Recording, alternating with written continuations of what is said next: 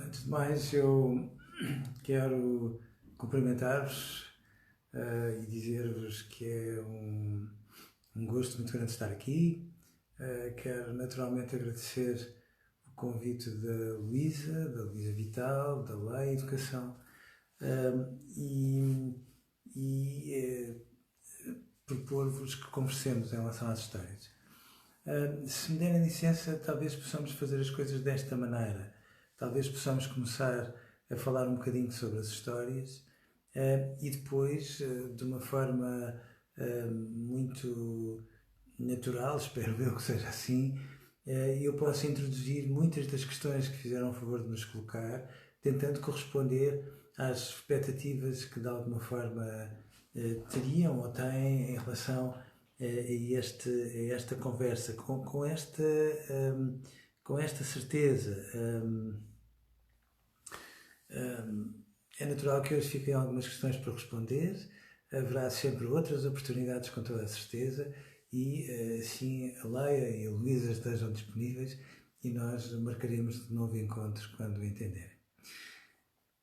Eu acho que se convencionou a determinada altura que as histórias faziam parte do crescimento das crianças e partiu-se do pressuposto que de alguma forma contar histórias era uma coisa que era mais ou menos inevitável, sem que em muitas circunstâncias nós parássemos uns minutos para tentarmos perceber para que elas serviam e sobretudo, qual era a utilidade que as histórias podiam ter no desenvolvimento das crianças. Há um pormenor que eu acho fantástico e é um pormenor que eu acho mesmo desconcertante, porque de certa forma as mães, sobretudo as mães, o foram assumindo com uma naturalidade tão grande que de repente ficamos todos sem jeito. Como é que, no fundo, de uma forma transversal, todas as classes sociais, independentemente dos credos, seja o que for, as mães entendem, sobretudo elas, que contar histórias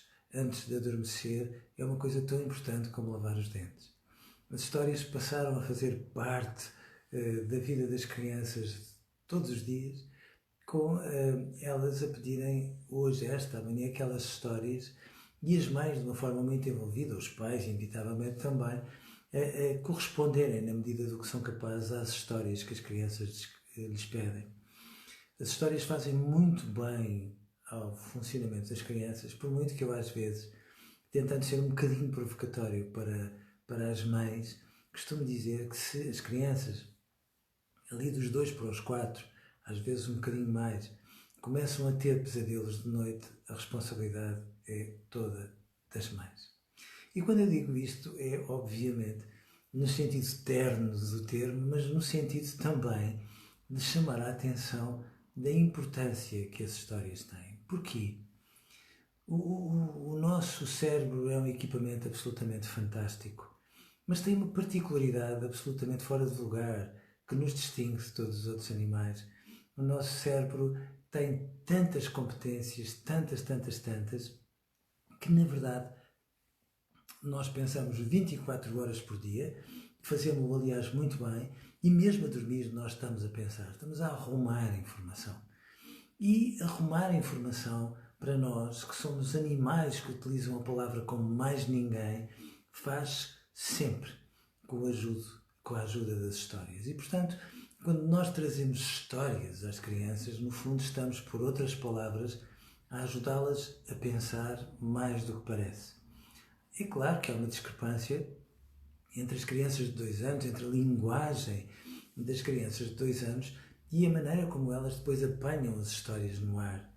A verdade é que as crianças de 2 anos já são de uma acutilância absolutamente fora de lugar, são capazes de ler as pessoas muito bem, até ao fundo da alma, e portanto distinguem de uma forma claríssima os bons dos maus, aquilo que é razoável daquilo que é verdadeiro, aquilo que é assim sim ou aquilo que é verdadeiramente falso, e nessas circunstâncias elas ficam com essa informação sem a digerirem muitas vezes como deviam, fica ali dentro delas, e é muito importante essa informação. Porquê?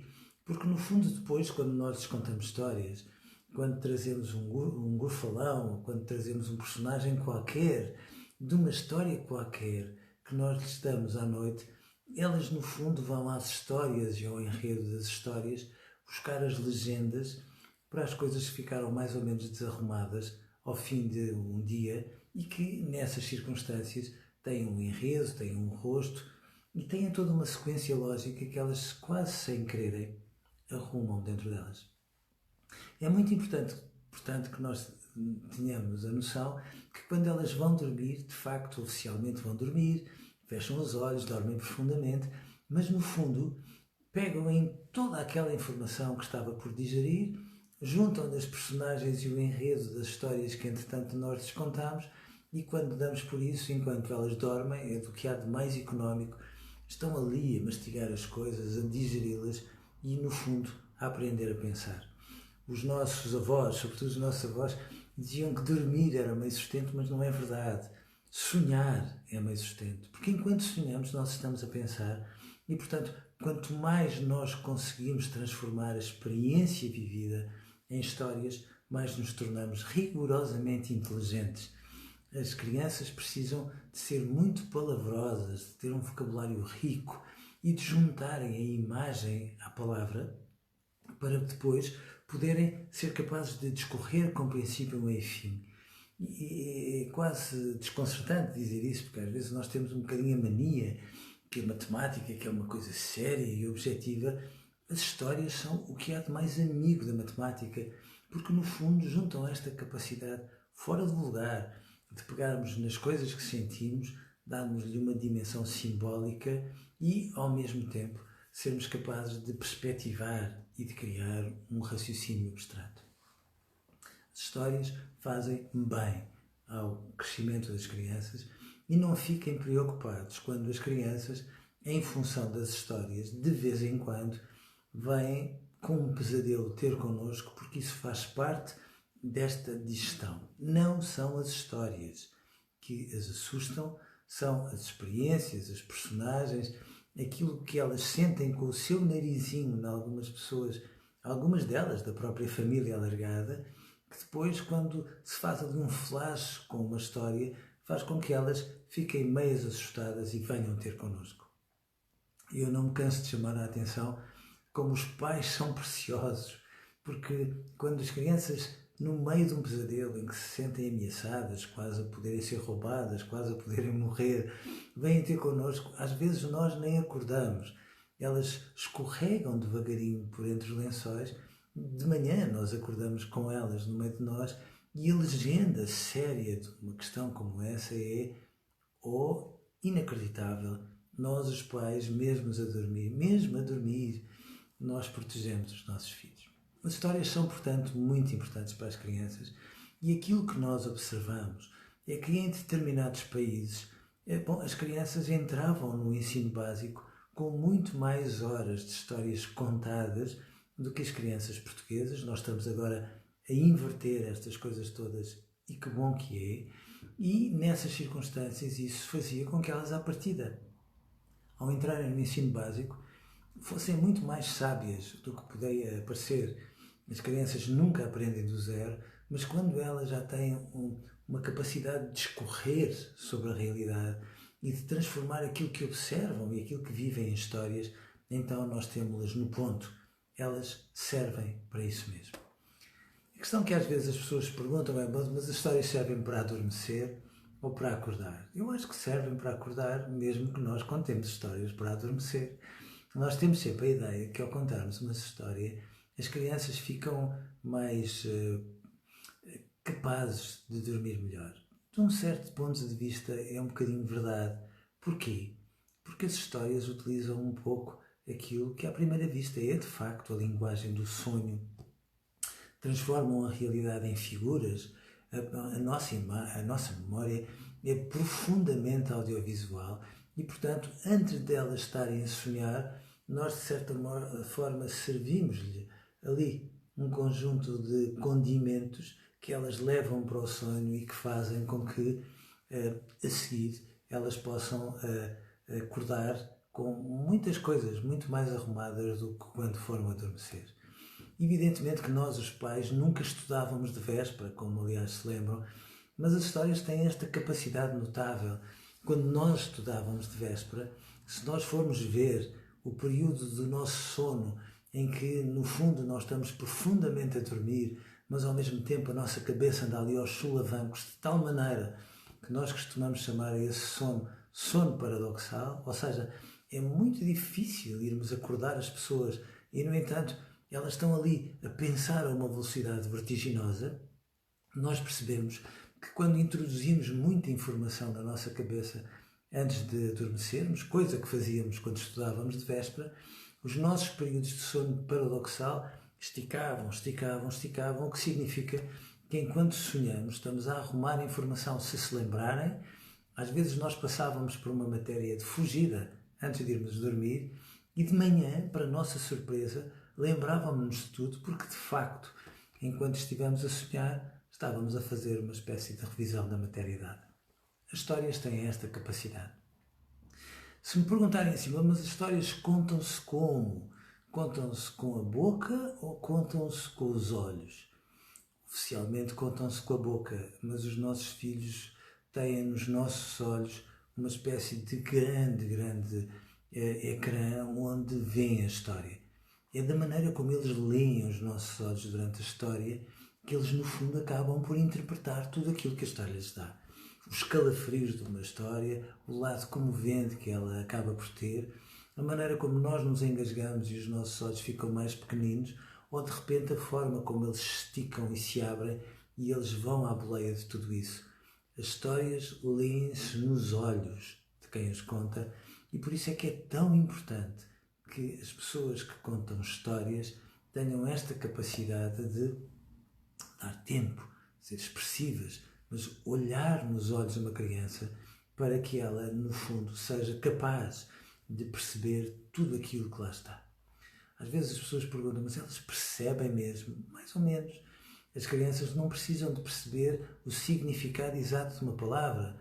Como sabem, as crianças são tão inacreditavelmente intuitivas que mesmo quando às vezes falam mal, utilizam aquilo que os pais chamam termos caros, que são palavras caras, complicadas, cujo significado elas nem imaginam, mas elas são tão intuitivas que usam essa palavra no sítio rigorosamente exato, o que significa que aquilo que às vezes nós imaginamos não é bem assim que acontece.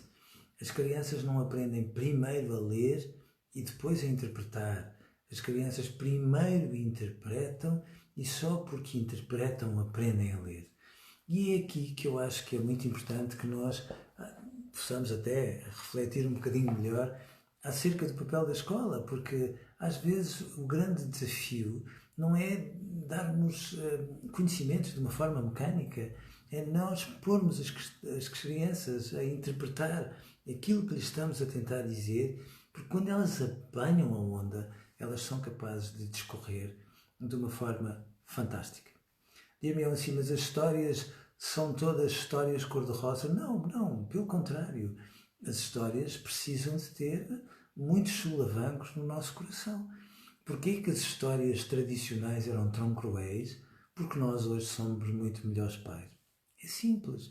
Porque a nossa infância hoje, independentemente das asneiras que todos nós como pais precisamos de fazer para crescer, de facto, os nossos antepassados tinham vidas, histórias muito mais violentas.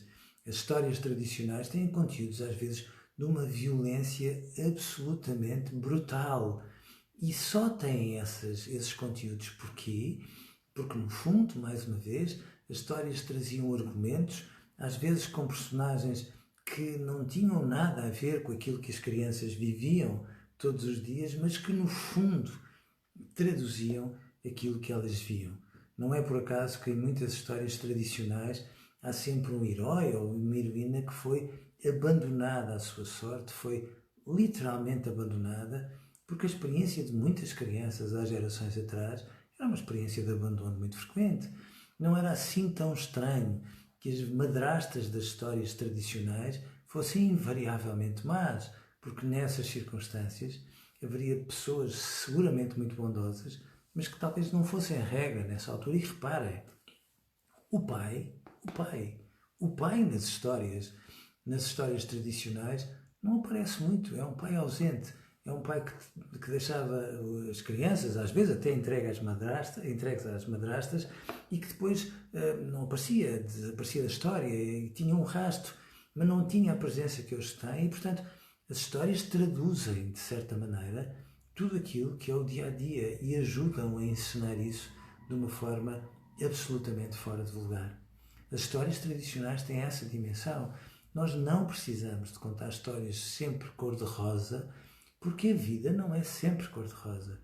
E as crianças precisam de ir às histórias buscar hoje argumentos para perceberem aquilo que elas, entretanto, vão vivendo. É natural, portanto, que às vezes nós fiquemos naquele registro de coração meio apertado, mas agora vejam este pormenor que eu acho delicioso. Tirando algumas histórias em que aparece de fugida uma mãe ou um pai, invariavelmente, é muito engraçado ver quando nós olhamos para as histórias e aquelas histórias que no fundo acabam por ser uma sequência de histórias e que têm um herói, seja ele qual for, que quando nós reparamos nas histórias, os heróis, vejam, o Tintin já fez não sei quantos anos e tantos outros, o Rato Mica e tantos outros heróis das histórias que no fundo não são tradicionais, mas que de alguma forma fazem parte também do nosso imaginário. O que é importante é que percebam que não envelhecem. E reparem um pormenor. Não envelhecem porque as crianças veem os heróis à imagem de si próprias. É como se, no fundo, elas imaginassem que os heróis, que são muitas vezes pequeninos, vejam hoje nos desenhos animados, mesmo nos desenhos animados mais rudimentares que os nossos filhos veem, às vezes os heróis têm 9 anos. É como se, no fundo, nós dessemos um argumento para as crianças imaginarem que, de facto, podem ter o protagonismo que elas procuram e, nessas circunstâncias, podem, de alguma forma, ir buscar outro tipo de leituras para, no fundo, as reverterem em favor da sua vida. Vejam outro pormenor que é importante. Os pais, nas histórias, são pais, de facto, muito ausentes, mas as casas dos heróis nunca aparecem. Porque é como se, no fundo, os heróis não precisassem de mãe, nem de pai, nem de casas, fossem sim um bocadinho omnipotentes, um pouco ao jeito daquilo que os nossos filhos muitas vezes imaginam que é o sonho de qualquer criança.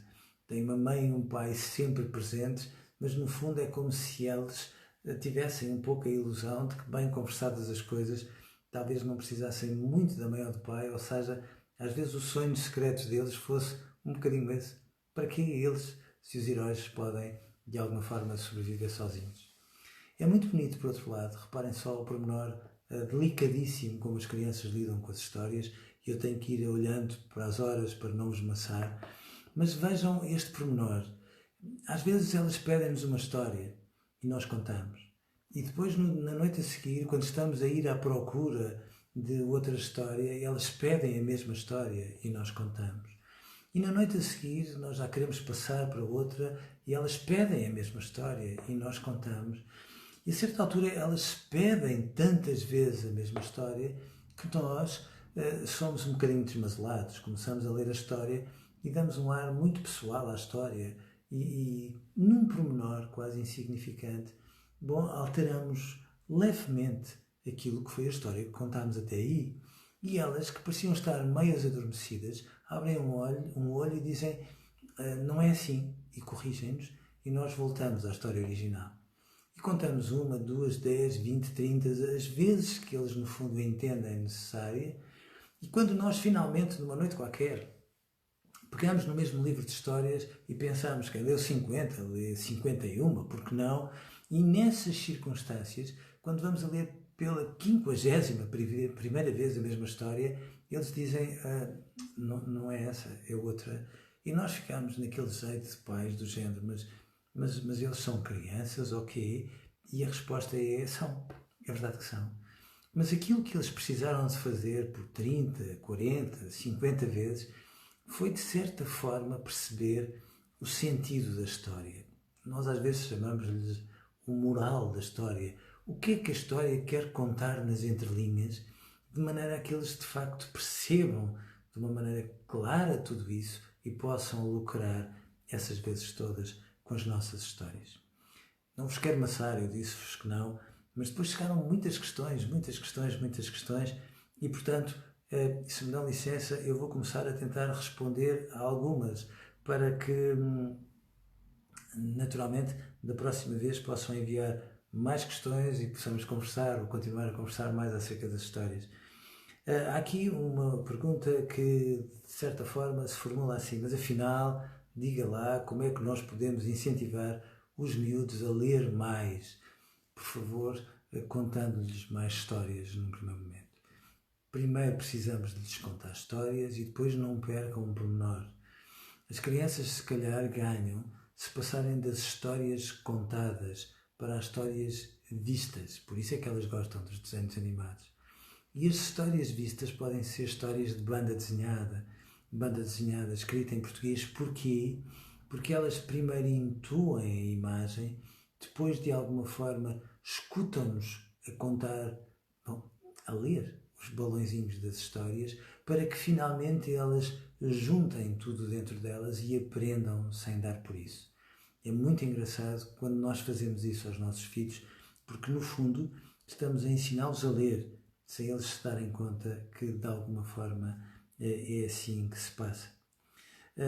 As histórias antes de dormir, sim ou não? Sim, claro, com toda a certeza. E qual é a duração ideal?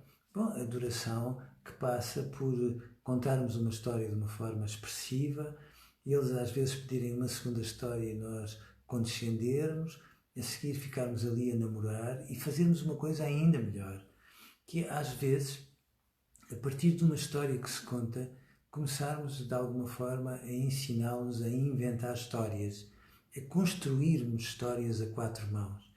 Era uma vez uma raposa que ia a passear por um prado e depois apareceu e o nosso filho inventa um dinossauro qualquer, que, como sabem, é no fundo a personagem mais habitual em qualquer prado, e o dinossauro chamava-se Alberto e de repente estamos neste ping-pong. E nessas circunstâncias, quando nós aprendemos a construir histórias com eles, eles estão a tornar-se capazes de, a seguir, ler pelos seus próprios meios as histórias. E, portanto, quando me perguntam quanto tempo, o tempo que o nariz de uma mãe ou de um pai acham recomendável, por favor, não façam uma coisa que o Dr. Brazelton era um homem absolutamente fantástico. E ele, com a sua sabedoria, dizia-se, bom, contem histórias, por favor. E eu lembro-me de uma vez pensar assim, sim, contem, mas só se vos der prazer. Ou seja, nunca contem histórias aos vossos filhos como se fosse dar-lhes óleo de fígado de bacalhau para crescerem melhor. Ou seja, se há um dia qualquer que não vos apeteça contar uma história, que estejam cansados, enfadados, o que quer que seja, por favor, não façam isso. Uma história, como eu vos disse, lê-se no olhar dos pais e, portanto, quando os pais estão a contar uma história e, no fundo, aquilo que os filhos veem nos olhos dos pais é outra história que, de repente, é muito cinzenta e tem muitas nuvens, nós não ganhamos, de facto, muito com isso. E depois, deixem-nos adormecer, aceitem um conselho. As crianças adoram ter histórias, adoram namorar com os pais antes de adormecer, mas, evidentemente, todas as pessoas que participam nas iniciativas da Lei Educação, nomeadamente através das redes digitais, não adormecem os seus filhos, porque sabem que depois de uma história as crianças estão mais do que nunca habilitadas para adormecer sozinhas e é assim que obviamente deve ser. Bom, tenho receio de contar histórias mais assustadoras ou macabras, diz-nos outra das pessoas que teve a gentileza de nos enviar questões, pois acho que lhes podem criar medos ou inseguranças. Não, por favor. As histórias, mesmo as histórias feias, não criam inseguranças. Às vezes, por isso eu vos dizia, às vezes as mães parecem ser um bocadinho responsáveis pelos pesadelos, mas eu ponho uma legenda ainda mais clara, se me derem licença.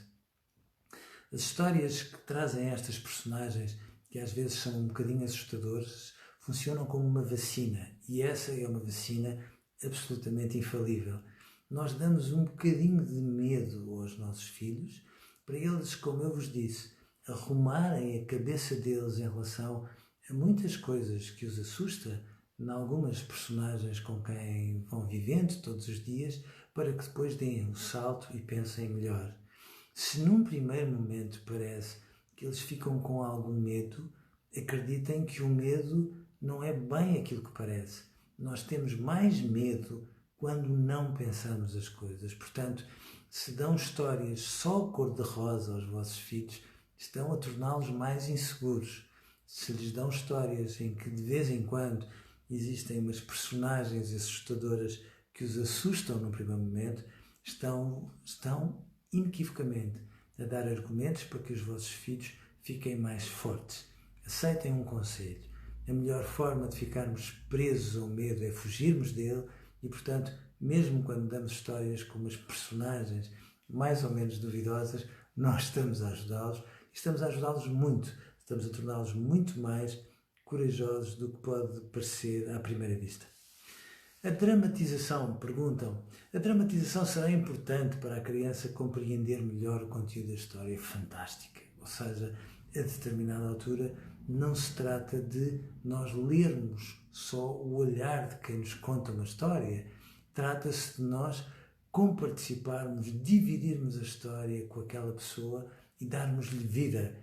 Vejam a vantagem de assumir uma personagem, sair dela, entrar noutra e fazermos isto muitas vezes. Qual é a vantagem que isto pode ter? Quanto mais nós damos dramatização às crianças, quanto mais eles se põem na pele do lobo como na pele do cordeiro, mais elas deixam de ser desconfiadas em relação aos desconhecidos. Percebem que a melhor forma de nós nos conhecermos uns aos outros, bom, e já agora de nos conhecermos a nós próprios, depende no essencial desta capacidade de sairmos de nós e sentirmos os outros. A dramatização, as histórias também, mas quando nós dramatizamos, ajuda as crianças a serem empáticas e, portanto, sim, às vezes nós temos, desculpem, às vezes tanta mania de dar computadores e inglês e aquelas coisas muito sofisticadas às crianças muito pequeninas, que são importantes, mas às vezes dramatizar histórias é muito mais importante do que tantas disciplinas aparentemente científicas, porque dramatizar histórias torna as crianças mais capazes, mais arrojadas e, obviamente, capazes de pensar, serão seguramente capazes de aprenderem as disciplinas científicas mais complexas. As histórias moralizadoras, perguntam, são à partida uma boa ferramenta para transmitir valores? Evidentemente que neste momento, nesta plataforma, estamos só 2 ou 3 e, portanto, eu posso dizer isto de outra forma, não seria possível. Não. As histórias não precisam de ser moralizadoras. Por uma razão simples. Porque as crianças têm, em todas as práticas de todos os dias dos pais, as coordenadas para distinguirem o bem do mal. Os bebés, que são bebés pequeninos, já distinguem o bem do mal, quanto mais os nossos filhos de 2, 3, 4, 5 ou 6. E, portanto, não é por aí. Agora, evidentemente que nós todos, independentemente da idade, temos a ideia que, no fundo, quando há um final feliz, ou quando, no fundo, uma história traduz aquilo que convictamente nós achamos que deve ser a relação entre nós, temos a noção de que, no fundo, podemos dormir mais descansados.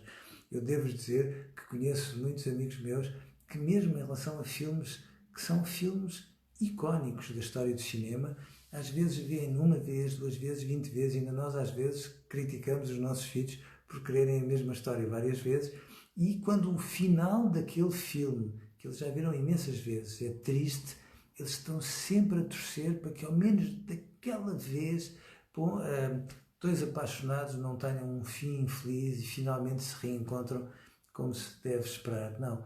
O lado moralizador não é aquilo que organiza os valores dos nossos filhos. Os valores dos nossos filhos estão lá, e evidentemente que depois as histórias acabam por ter esta capacidade de os fazer respirar fundo e dizer, afinal o bem ganha sempre, que coisa boa, os maus que acabam por ser aos olhos das crianças sempre feios e devem perder, enfim, finalmente depois são castigados e, portanto, não é por aí que as crianças se constipam e, portanto, não fiquem preocupados se quiserem pôr uma história com um final com mais ângulos e mais arestas. Os vossos filhos ficam ali numa tremideira, sem dúvida nenhuma, mas depois a seguir só ganham com isso. Quem deve ler a história? Perguntam. Os pais ou os filhos quando já sabem ler? Os pais e os filhos quando já sabem ler. É ótimo quando a seguir eles deixam de ir das histórias da banda desenhada e das histórias que dramatizam e das histórias que de alguma forma constroem connosco e de repente começam a juntar palavras e começam a saber ler. É um salto absolutamente magnífico e é muito importante que, no fundo, nessas circunstâncias, eles possam ler as histórias, mas se calhar também não é mau que num primeiro momento eles ouçam a mesma história lida por nós, por uma razão simples, porque depois eles são batuteiros, isso é magnífico, porque eles às vezes não percebem como se lê, mas depois como memorizam a nossa leitura, vão lá e à boleia de tudo isso eles dão saltos muito significativos na leitura e portanto sim, por favor, mas se me dão licença que vos proíba de alguma coisa, estão proibidos, não consigo ser mais claro, de pôr os vossos filhos a ler histórias só porque a leitura faz bem. Isto não. O óleo de fígado de bacalhau para as histórias, não, por favor. Não, não é por aí. É importante que eles leiam as histórias porque é importante que aprendam a ler, mas notem, não se esqueçam daquilo que eu vos disse, eles interpretam primeiro e leem depois. Às vezes podem se engasgar nas sílabas, mas o mais importante é que a seguir, numa conversa amena, ou na forma como às vezes reconstroem as histórias, tipo ping-pong, os ponham a interpretar aquilo que eles intuíram na história, porque se eles interpretarem com a vossa ajuda, da próxima vez que forem ler, leiam melhor. Só um pormenor. Não ponham as crianças a ler, a aprender a ler como se as letras fossem primeiro da adição para a multiplicação. Primeiro junta-se o A com o I e faz AI, estamos a fazer uma espécie de adição e só depois chega à multiplicação. Lembrem-se sempre disto.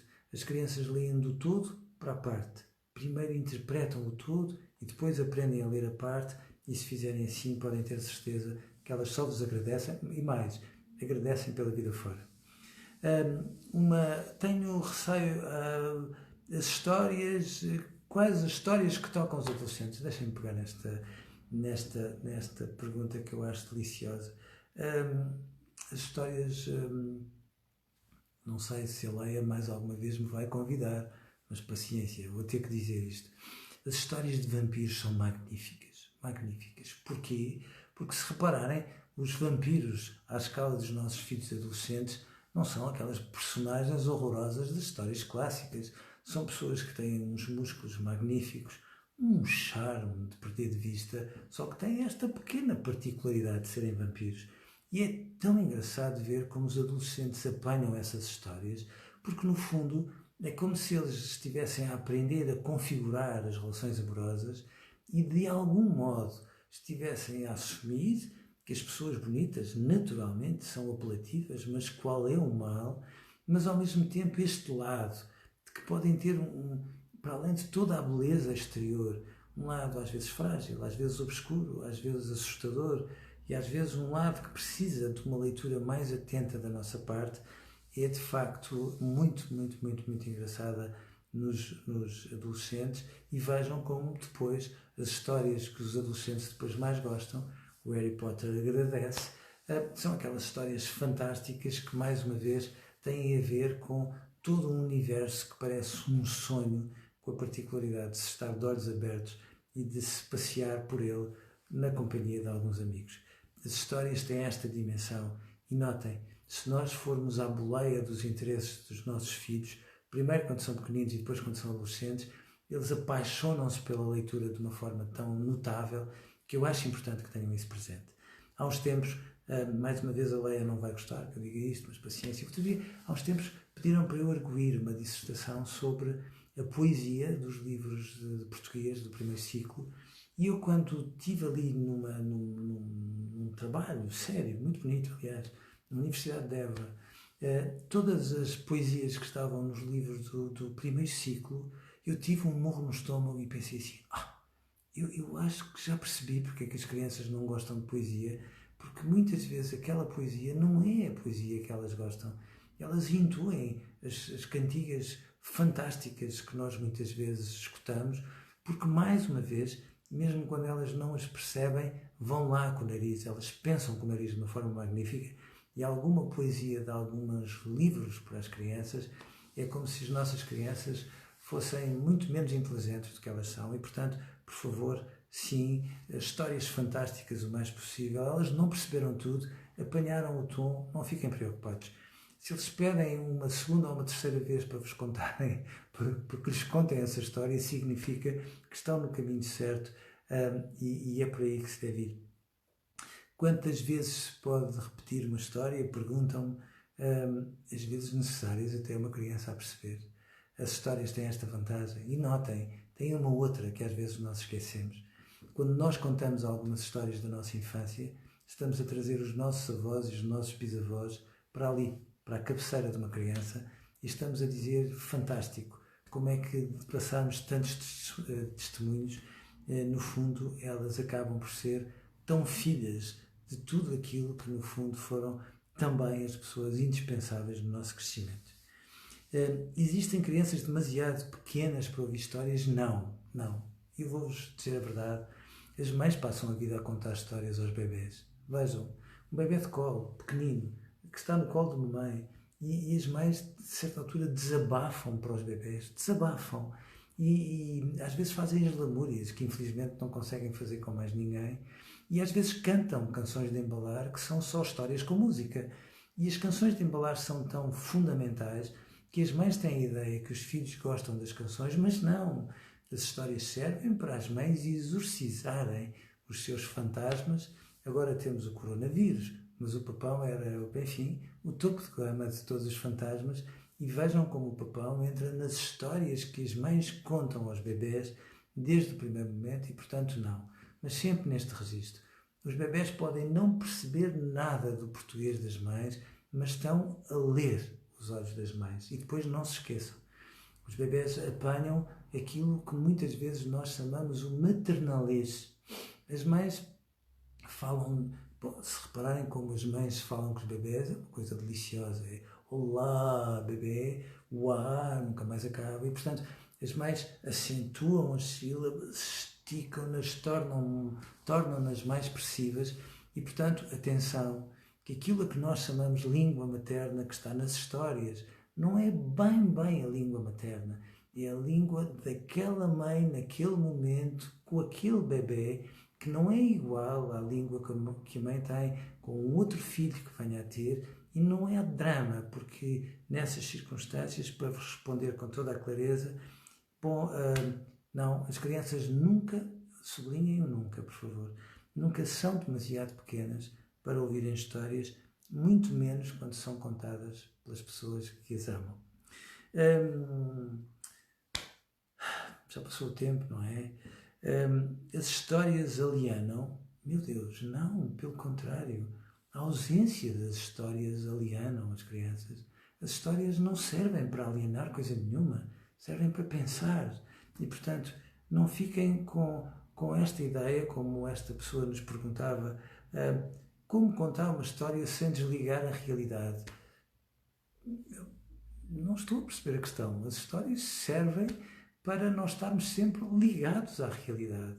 Nós, quando pomos a realidade à frente e temos a ideia que então temos que desligar as histórias, nós nessas alturas não estamos a desligar as histórias, estamos a desligar a capacidade de pensar sobre as coisas, que é uma coisa muito mais grave. Não consigo responder a todas as questões que entretanto surgem, mas passou ali uma avó. As avós contam histórias, contam outras histórias. As avós contam as histórias que, no fundo, são histórias da vida das avós e dos avós. E, portanto, nessas circunstâncias, essas histórias são muito importantes. Eu, às vezes, não fico muito preocupado por os avós não pegarem numa história e não se colocarem a ler, porque os avós contam histórias como mais ninguém. As histórias da vida dos avós, que têm um bocadinho de realidade e muita imaginação, são tão preciosas que eu acho que é obrigatório para que todas as crianças tenham acesso aos avós. Aliás, devo-vos dizer que há, neste momento de coronavírus, em que todos estamos num confinamento, em que todos estamos a tentar desconfinar, até a nossa paciência vai desconfinando e tudo mais, mas é muito importante que nós possamos perceber que sim, que nós temos que proteger os avós dos nossos filhos, mas nós não podemos privar os nossos filhos dessa reserva natural da bondade humana que são os avós, nem sequer podemos privar os avós de terem vida, ou seja, podemos correr o risco de tanto os querermos proteger, de alguma forma estarmos a confiná-los a uma tristeza que nunca mais se perde, porque os avós precisam dos netos e dos filhos para terem uma... Bom, ali, ao pé, não é à distância de um ecrã, com cuidados, como não podia deixar de ser, muitos cuidados neste tempo que corre, mas para que tenham um sentido para poderem viver.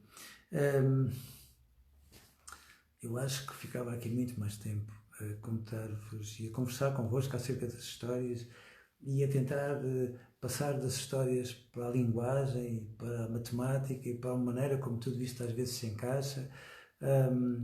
Como perceberam, eu não tinha um sumário escrito, nem a vossa presença merecia que eu tivesse, mas tenho esperança de poder ter sido útil nesta primeira conversa sobre as histórias. Devo dizer que é uma conversa um bocadinho surpreendente para mim, não esperava que a Luísa me desafiasse para ela, mas imaginem que foi útil e que imaginem que um destes dias, daqui a um tempo, pode ser engraçado voltarmos a conversar acerca disto.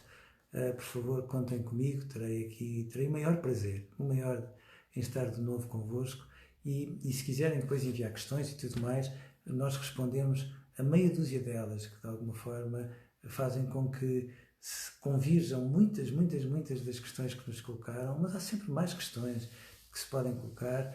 Às vezes até nós podemos pegar numa história, ou em duas, ou em três, e estarmos aqui a descascar a história, de certa forma a perceber como é que ela funciona na cabeça das crianças, o que quer que seja. Contem comigo, envio-vos um grande abraço, desejo-vos um excelente fim de semana e muito obrigado, mas mesmo muito obrigado por terem estado comigo, terem estado com a Lei Educação neste espaço e por favor, se me permitem, um lado moral no final, era motivo quase para vos dizer, e no final de tudo, por favor, deixem-se de histórias e contem histórias.